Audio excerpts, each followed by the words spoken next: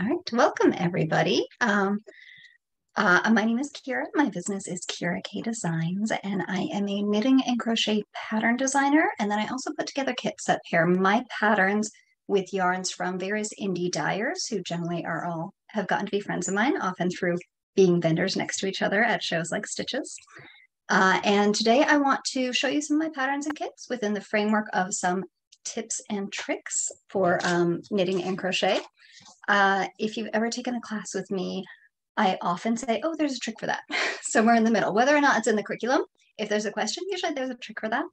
I like to have ways to make things be a little bit more efficient or easier or get a lot of payoff for just a little bit of extra effort. And I build that into my patterns as well as my classes. So I'll be showing you some samples.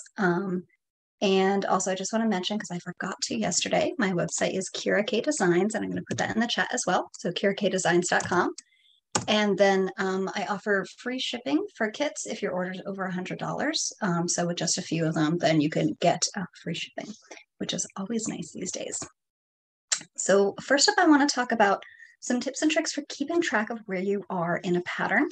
So I've got an example here of one of my patterns. It actually is for the shawl that I have on the mannequin behind me. It's called the Little Sparrow Shawl.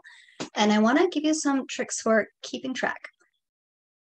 Everyone's brain works differently, and you will find some pattern designers write things in a way that makes sense for your brain, and some don't. And some people like me write things in multiple ways. So as an example, I will have both written instructions for a stitch pattern and then also a chart. And I want to give you a few ways that you can keep track. And I'm going to switch to a different camera so you can see this a little bit closer. So this is called the Little Sparrow Shawl. And for keeping track, one of my favorite, really, really inexpensive tools is a stack of Post-it notes. I keep these in all my project bags. So as you're looking through instructions, you can put a Post-it note underneath the row that you're on. And it's, a fraction of a penny for you in terms of your investment. But this way, when you're looking at your knitting or crochet and you glance down at the pattern, you're not going to accidentally read the wrong row. And that in itself is just a huge benefit, because it's really easy to glance down and read the wrong row and do the wrong thing and have a whole lot of extra time that you have to spend fixing it. So I always just put one Post-it underneath the row that I'm on. I know some people who will use two Post-its and just sort of cordon off the row that they're on so that they literally cannot read any other row by accident. So that's a really quick and easy way to do it. You can also, make tick marks. Like if you have to repeat these rows 5 times, you can make little marks on your Post-it note to track it. You can also use highlighters to color code things. So here where you have a repeat of the pattern between the asterisks, I like to just take a highlighter and highlight only that section. So I've got my edge stitches not highlighted. The repeat I'll have highlighted because that's what I do over and over and over again. And then my other edge stitches will not be highlighted. So again, it's giving your eye a place to land on the pattern, so you're less likely to read the wrong thing and make a mistake. You can do a similar thing if you're doing charts. So with charts, I do it a little differently, and I'll put the Post-it above the row that I'm on. And the reason I do that is that as I do subsequent rows, I can see how this row stacks up on the previous row. So either way, I'm kind of doing the same thing in that I'm covering up what I have not yet done so that my eye can go right to the place that I need to be on here. With the charts too, you can color code these with your highlighter. So let's say you're doing some lace patterns and you have some right-leaning decreases and left-leaning decreases. For some people, that's really hard to tell the difference on the chart. So if you get 2 different colors of highlighters or markers, you can color code your chart. Similarly for cables that are cabling to the front and cabling to the back. With those, if I'm color coding them, I like to use a blue highlighter when I cable to the back, because back and blue both start with the letter B. And I'll use a pink highlighter when I cable to the front, because the hot pink of a highlighter is really close to the color fuchsia, and fuchsia and front start with an F. I am definitely a spelling-based brain that may or may not work for you. So feel free to choose the color that feels right. But having the color coding on here can be super helpful for you to do the right thing. So for folks who are joining us, I know a lot of people just jumped in. My name's Kira, Kira K Designs, and I'm talking right now about some tips and tricks for keeping track of patterns. So we talked about Post-it notes, just for giving your eye a place to look, highlighting the repeat, and color coding the chart. I also like to use stitch markers, especially if you're new to a stitch pattern. Let's say you have a 10 stitch repeat. As you're casting on or you're doing your foundation chain for crocheters, you can place a marker after every 10th stitch or whatever your repeat is. It'll help you to count for the first row or two, but it'll also help because as you do your row, you'll do that 10 stitch repeat and say, oh yeah, I hit the marker at my asterisk for my repeat. This part worked. Those 10 stitches are good. And then you do the next 10 and you hit your marker at the time and you're like, great, those 10 stitches are good. So you keep, as you do the row, you keep having this feeling of, yay, it's working. Yay, it's working over and over and over across the row. If you have a mistake, you're going to find out soon and you're going to know it's in that last section, which is huge. If you don't have a mistake, the whole row, you go, yay, it's working. Yay, it's working. As opposed to having the whole row going, I hope I'm doing this right. I'm not sure if I'm doing this right. What if I end up with an extra stitch at the end and kind of bringing you down the whole time? And you might find as you keep doing that project, you get to where you can follow the pattern visually, and you might take the markers out eventually because there's a little extra effort of moving them. But I think it's totally worth it, especially at the beginning. And you might prefer to keep them the whole project. So you get that little check-in that it's working, it's working, it's working, as opposed to being worried and worried and worried the whole time. If anyone has questions too, I've got the chat open, or you are welcome to unmute and say something if you want to. I'm going to go ahead and just mute everybody because I see a lot of open mics and I don't want to get a lot of cross noise, but you have the power to unmute if you want to ask a question. So again, for anyone who's new, my name is Kira K Designs, and I'm talking about tips and tricks for knitting and crochet. And now I want to show you a few samples that are examples of a lot of payoff for just a little extra effort. Which is one of my favorite tricks to do a project that's pretty simple with just a little extra something. So I'm going to start by talking about what I'm wearing. This is one of my sweater patterns, and it's called the Eyelet Twist Pullover. It is mostly stockinette stitch. So most of the time, just knitting a row, purling a row, or parts of this are done in the round, so just knit, knit, knit, knit, knit. Just a little bit of lace. I've got a panel on each sleeve and also up the front of the sweater. So you don't have to be tracking lace the whole time. You have stitch markers to kind of section off this part. So you only have to pay attention for this little bit of stitches, and it gives a lot of interest to the pattern. I also have here some beads. This is a crocheted hem, which is a way that you can have stockinette stitch that doesn't roll but doesn't have a big bulky hem. And this has some beads that are crocheted in. I went with a pretty subtle color combination because that's who I am. You can totally do, really sparkly blingy beads if you want to. But even just this adds a nice little detail without a whole lot of extra effort. I have a couple of things with beads. I just taught a class on knitting with beads earlier today, so they're right here. And these again are times where not a whole lot of extra work to put in the beads. If anyone here is in my class, feel free to holler out. It's pretty simple, but you get a whole lot of interest, and you can see the kind of shine in here. Again, I've got a subtle color because that's my aesthetic. Yours may or may not be quite so subtle. So that one I just held up is called the Radiant Scarf, and this is called a Luminous Scarf. And they've got two different techniques for the beads. The one I'm holding up right now, the beads are pre-strung on the yarn. So you thread them up first and you push them up as you need them. The Radiant Scarf I just held up, you use a tiny crochet hook and pop the beads on as you go. I also have one more with beads here. This was on my mannequin earlier if anyone was with me before. So this is a shawl. It's called the Stratiform Shawl. It's a nice simple lace pattern. And again, you've got some beads here in the hem. Not a lot of extra work, but they really add a lot of interest. And for shawl, they're nice too at the hem because they add just a little extra weight, helps keep it on your shoulders. And actually for all three of those I just showed, I do have kits. And the kits have the pattern, the yarn, the beads that you need, and a handful of extra, and also the tool you need, whether that's a needle, a beading needle, or a tiny crochet hook to put the beads on, so that it's all kind of encompassed in the kit, so you don't have to track things down. Continuing talking about things that are a lot of payoff for just a little extra effort, I definitely want to mention cables, because for anyone who hasn't done cables, most of the time you are doing a form of ribbing. So knits and purls stacked up in columns. And sometimes you take your stitches and you switch the order that they're in. It's really not that hard to do. You tend to not have to do it all the time, and you get a lot of interest. So this is one of my sweater patterns. It's called a lattice pullover, and you can see it is mostly ribbing. And then at the bottom, at the waist here, there's this cable section. This particular version is a cropped one. The pattern does also go longer, going back into the ribbing. And again, we've got a little bit of cable in here, but you can see all this lovely texture that you get. And I promise you, it's not much extra work on your part to do the cables. With these particular ones, they are all 2-stitch cables. So you don't even need to juggle a cable needle. You can do it just with your regular knitting needles, working the second stitch before you work the first stitch. And the pattern gives you instructions for that, as well as for using a cable needle if you prefer. You can always try both, see what you like better. Another favorite trick of mine for a lot of payoff for not much effort. Oh, the name for the blue sweater is called the lattice pullover, because it reminds me of lattice that you might have in your garden for your plants to climb up. And that particular one is a crop version. It's top down, and I just stopped when I felt like it was done. Another favorite trick of mine is slip stitch color work. So slip stitch is, I think, the easiest form of color work beyond basic stripes. And really, you are working stripes. You're doing a few rows of one color and however many rows of the other color. This particular one is 6 rows of the background and 2 rows of the contrast. But sometimes, instead of knitting a stitch, you slip a stitch.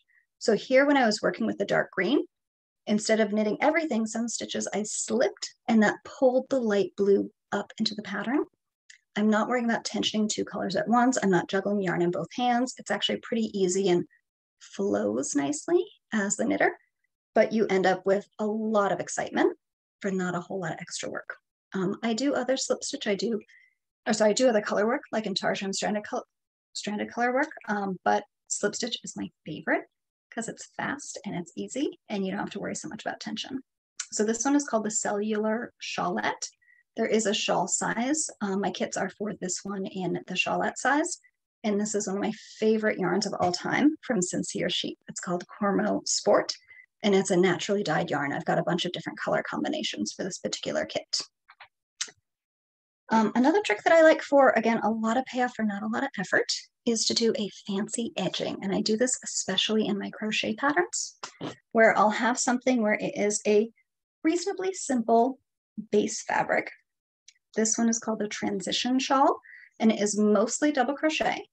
And then as you get to the end, you have this lovely edging. And honestly, by the time I get to the end, I'm getting a little bored. So I kind of want something that's going to be a bit more interesting.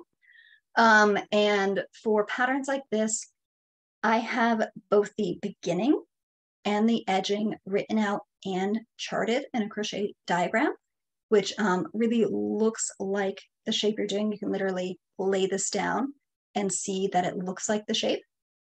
So it's not too tricky. If you're up for a little bit of a challenge, and fancy edging adds so much to the project. I've got one more of those, and I'm going to answer the question in the chat. This is another one. This is called the Ice Crystals Capelet. And again, pretty simple base. I've got a couple different stitch lengths for fun rows. And then you end up with this very fancy looking edging. So I'm just dancing around trying to catch the light. There you go. So it adds a lot. If this was done without the edging, it wouldn't be nearly as exciting. But this is only about 5 or 6 rows at the end. So it doesn't take a whole lot of extra work, but it ends up adding a lot to the project. So I've got a question in the chat from Gail, wondering if my patterns are size inclusive. So they are. There is always more to do. So I've been designing patterns since 2007. And at the time, I had a very wide size range, generally going from the low 30s up to the low 50 bust measurement. So often my sweaters will go up to 52, 54-inch chest. Right now, I am working on expanding that to have all my sweaters go up to a 60-inch chest, plus whatever recommended ease there is. I've decided to take my time doing that. And because I've been designing for a long time, I really want to revisit my patterns. So rather than just banging on a size at the end, I'm going back, I'm working on all of them. It will take some time. Adding and sizing for sure. I'm adding in some supportive videos. I'm adding in some other things like ones that have a raglan yoke. I am now linking out to a Google sheet that has every row and when to increase for the neck and the body and the sleeves. And I'm doing them in a current yarn. Sometimes I'm doing a spin-off pattern. So I might do, a cardigan based on a pullover. And I am going through the test knitting or test crocheting process. So it is not instantaneous. A lot of my sweater patterns currently go up to about a 52 or 54 inch bust. Anything I've revisited in the last few years goes up to 60 plusies, which is kind of the new standard, which is great. I think it's wonderful to be inclusive. I'm wanting to just take some time and improve the pattern at the same time. All right, so let's see. Now I want to talk to you a little bit about how to knit or crochet gifts that are going to be appreciated, because a lot of us like to make things for our loved ones, and sometimes our loved ones don't love the gift as much as we want them to, or they don't take care of it. So I've got a couple of quick and easy tips for that. One is to have the gift recipient be part of the planning process. So you could send them a link, you could send them a screenshot, you could take them to a yarn shop, have them pick out a yarn that they really like the color and the feel of, give them, a few options for different hats and let them pick the one that they are going to like. And it might not be the one you're most excited about making, but if it's a gift, you really want to make sure that they're going to love it. I also think you should start it in front of them, and that could be in person or it could be on Zoom. But if you sit down, and I like to do this from the very beginning, and I say, oh yeah, let's have a coffee. I'm going to start this hat I'm making for you. And you hang out for an hour. And at the end, you can make a point of saying, oh, wow, we were here for an hour. I've got an inch. That's pretty good. I'm going pretty fast today. It's only going to take like another 7 or 8 hours to make your hat. Because people who don't make things have no idea how long it takes. And so if you give somebody a hat that you knit or crocheted, they might not think there's a whole lot more effort than you going to a store and purchasing a hat for them. But if they see it go from nothing to an inch in an hour, and if you point it out in case they don't notice, casually, hopefully, they will appreciate the effort that goes into that. I also like to have a return policy for my handmade stuff. When I give it, I say, you know what? If at some point you're just not loving this and not using it, please don't send it to the thrift shop. Give it back to me. I will find a new home for it. And I haven't had a whole lot of things returned, but the fact that I said that, I think makes people realize how important it is. And I have definitely had some stuff returned, especially baby things, where it was worn by the baby in the family, maybe by a younger sibling or cousin, still has some more use in it, and they are done with babies. They have given it back to me, and then I've given it to a different friend who had a baby, and kind of telling the story like, oh yeah, my nephew had this, my niece had this, and now I'm giving it to your kid. And that's kind of a lovely added thing, especially for friends who turn into family, or for other family for passing it along. So the return policy is great.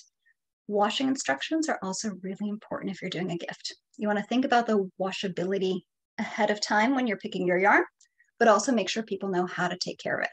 Because either they might wash it in a way that doesn't work, they might throw everything through the washing machine and dryer, or they might be so nervous to ruin this beautiful thing you made that they may not use it because they're worried about washing it. So just a little note in there. You can also get like sample sizes of wool wash.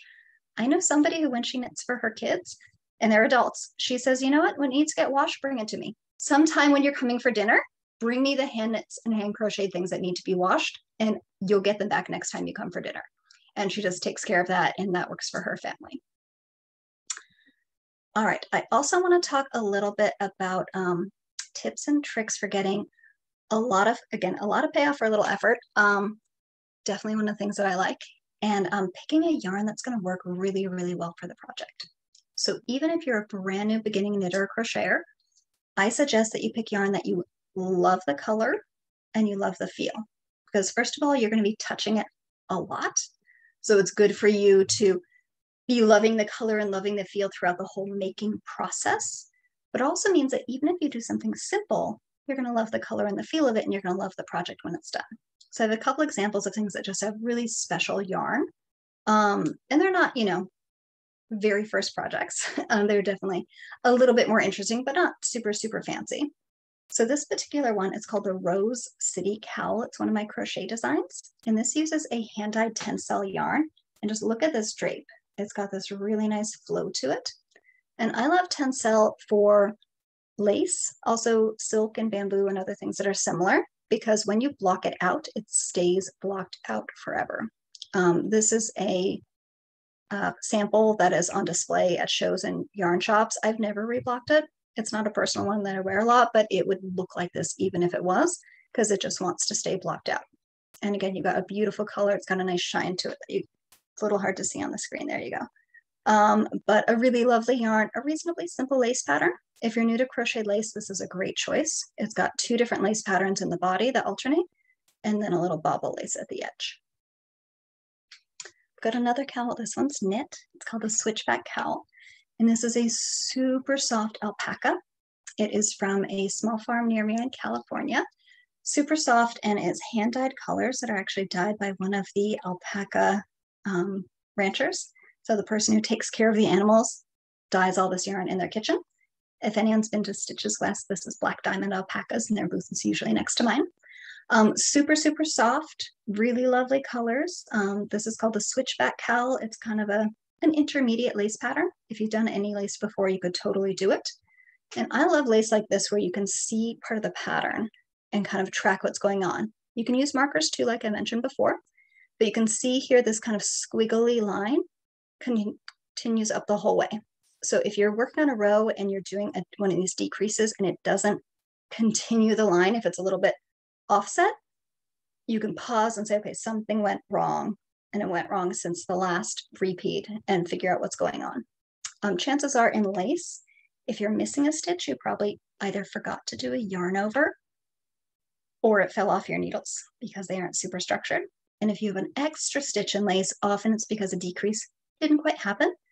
And probably one of the more complex decreases like an SSK or a slip knit pass, where you might have done the SS and not the K, or the slip in the knit and not the pass. So chances are that's where you're off in lace.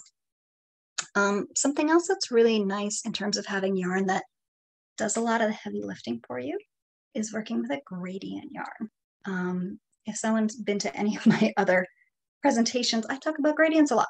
They keep me interested because as the color is progressing, I get really excited to see the next color. And then after that one, I get excited to see the next color. So it keeps me excited and keeps me working on the project. So this one, it's a crochet wrap that's called the Terraced Vineyard wrap. And this particular one is with a gradient yarn from Freya Fibers. So it's hard to get there we go. So you can see it goes through all these shades of blue and aqua into kind of a teal range. And honestly, I would have gotten bored doing this otherwise. I did do one in a solid color and I got bored. It's a lot of stitches. It's 2 rows, but with this particular sample, because the gradient was changing, I was like, ooh, it's turning green. I want to keep going till it turns green. Oh no, it's getting lighter. And it kept me much more interested and also gives you a lot of impact for the project, which is mostly coming from the yarn in this case. It's a lovely stitch pattern, but people are going to walk up and comment on the yarn. I've got another one like that, a gradient yarn. This is called the Overlay Cowl. And this is a really big cowl. Quick tip, if you have a cowl you're doubling, you don't want to put it on your neck and do the cross on the front. You want to figure out where the bottom is and cross on the back, and it ends up looking a whole lot better because you don't get that overlap. So this is called the Overlay Cowl. It is a slip stitch pattern like I mentioned before. So you are only working with one color at the time and you're basically making stripes, which is not that hard. And then sometimes instead of knitting a stitch, you draw up the previous color by slipping a stitch. Here there's also a teeny tiny cable. So 2 stitches that were next to each other have spread out, and that gives it a lot of interest. And again, these are 2-stitch cables, so they're pretty easy to do. And here the background color, the main color is a gradient cake. It's actually from the same small farm alpaca dyer. So you can see as you are knitting it, the colors are gradually changing. And again, I got really excited to get to the next color. This is actually my beginning. You can see it's the only place there's a kind of a really fast color change. And here you've got a little bit of a soft morphing from color to the next. But this one, again, it's a big project. I might have gotten bored if I did this in just one color for the background, but the gradient keeps it super exciting, and that's what people comment on a lot. The stitch pattern too, of course, but the gradient is really fun. I also have another sweater I want to show you where this is called the spoke cardigan, like the spokes on a wheel. I was wearing this in my presentation on Friday if anyone came to see it. This is a pretty simple top-down seamless sweater. It's got a round yoke. I've done it in a solid color. I've done it in a variegated color. By far, this is the one that people get super excited about because of the stripes. In this particular case, the stripes are highlighting the round yoke construction, so you can see there's no raglan line or seam here. And I did a stripe here, which is 4 rows of my background color, and then 2 rows of my stripe. And for the contrast color, I chose a self-striping yarn. It's from Yarn Hero. The base color is Sincere Sheep. And so it changes as you go throughout, and it adds a lot of excitement with, again, not a whole lot of extra work. You know, I had a couple of extra yarn tails to weave in. I had to juggle my yarns and detangle now and then, but you get a lot of payoff for not a whole lot of extra effort. I've got one more stripe I want to show you. This is a knitted project that uses intarsia. And I have to say, I avoided intarsia for a while. I learned how to do it because I'm the kind of person I want to learn everything that I hear about. I've got to figure it out. And I didn't do it because aesthetically, I wasn't super excited about intarsia. If you haven't heard it before, it's often called picture knitting. So if you think of like a toddler sweater that has like a truck or a cat or something on the front, or an adult sweater, if you like that for sure. Or even in the 80s, we had a lot of floral hand knits where it had lots of different flowers. Those are all done with intarsia, where you've got blobs or sections of color, as opposed to colors that you're stranding throughout or slipping. And the look of it didn't fit my aesthetic, but I challenged myself to do some intarsia that fit my aesthetic. So this is what I came up with. It's called the Verge shawl. And I call it that because these stripes come to the verge of the top edge, but they don't go all the way. I could have gotten this effect of the shorter stripes with short rows, but what I did instead is intarsia. And you can see there are 4 rows here of this yellow, and those rows continue. They just switch to the background gray color to finish it, and then come back here and we switch to the yellow. It's really not hard to do. And something like this, the stripes are adding a lot to it, but they're not very frequently. So there's a whole lot of rows where you are only managing 1 yarn at a time, and only for a few rows are you handling 2 different yarns. In this particular one, I've got, you know, a little rainbow of stripes. I do have kits for this in lots of different colors. Some are a bit more neutral, some are nice and bright like this. And that one is called the Verge shawl.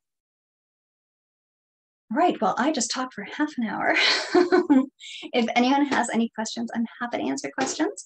I want to mention again, I'll put it into the chat, that my website is kirakdesigns.com. I'm also Kira K Designs on Instagram and Facebook and Ravelry and everywhere. And I am teaching here at Stitches Expo at home. I'll also be teaching at the Stitches at Home next month. And if anyone has questions, feel free to either unmute or put them into the chat. And if you want to jump off to the next presentation starting right now, that is totally fine too. But thanks for spending time with me.